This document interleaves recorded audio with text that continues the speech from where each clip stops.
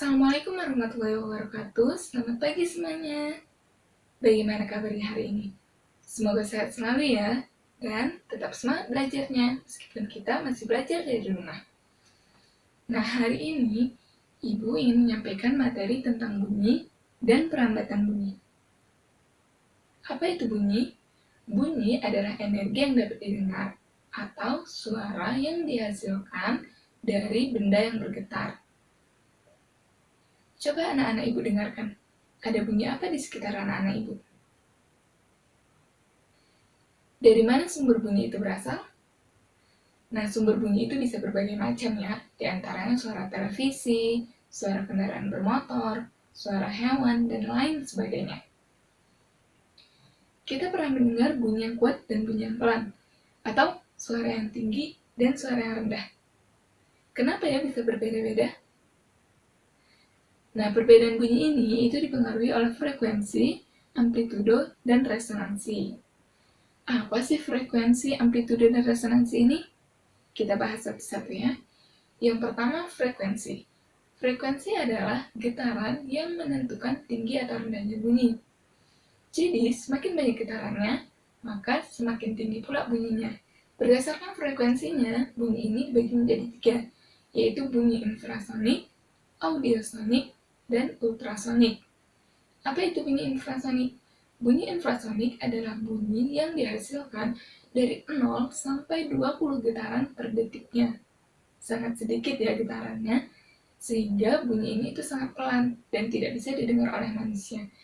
Yang bisa mendengar bunyi ini itu hanya hewan seperti anjing dan jangkrik. Lalu yang kedua, bunyi audiosonik. Bunyi audiosonik ini getarannya 20 sampai dengan 20.000 getaran per detiknya. Manusia bisa mendengar bunyi ini. Selain manusia, hewan seperti kelelawar dan lumba-lumba juga bisa mendengar bunyi ini. Lalu yang ketiga yaitu bunyi ultrasonik. Getaran pada bunyi ultrasonik itu lebih dari 20.000 getaran per detiknya. Sangat banyak ya getarannya, sehingga bunyinya juga sangat keras.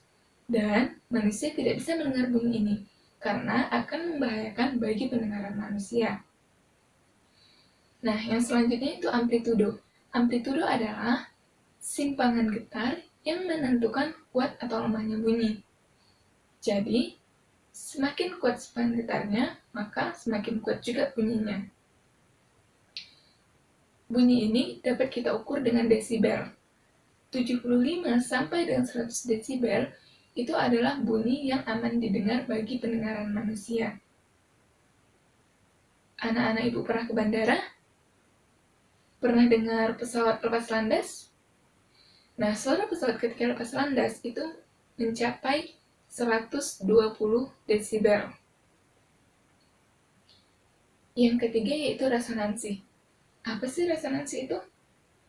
Salah satu contoh resonansi yaitu ada pada alat musik tiup. Dan salah satu contoh alat musik tiup yaitu seruling. Ketika seruling itu kita tiup, maka kolom udara di dalamnya akan beresonansi, sehingga menghasilkan suara yang keluar melalui lubang-lubang seruling. Jika lubangnya kita tutup, maka kolom udara di dalamnya tidak akan beresonansi, sehingga tidak ada suara yang keluar. Selanjutnya yaitu perambatan bunyi. Jadi bunyi ini bisa merambat melalui benda padat, benda cair, dan juga gas. Contoh perambatan bunyi melalui benda padat yaitu ada pada telepon kaleng. Anak-anak Ibu ada yang pernah bermain telepon kaleng?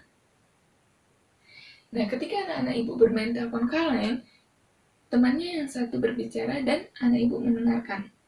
Kenapa anak Ibu bisa mendengar suara temannya? Itu karena bunyi merambat melalui tali yang ditarik kencang. Ketika tali itu kita longgarkan, maka bunyi tidak bisa merambat dan anak-anak Ibu tidak akan mendengar suara teman yang berbicara. Nah, yang kedua yaitu contoh perambatan bunyi melalui benda cair. Anak-anak Ibu bisa lihat di gambar.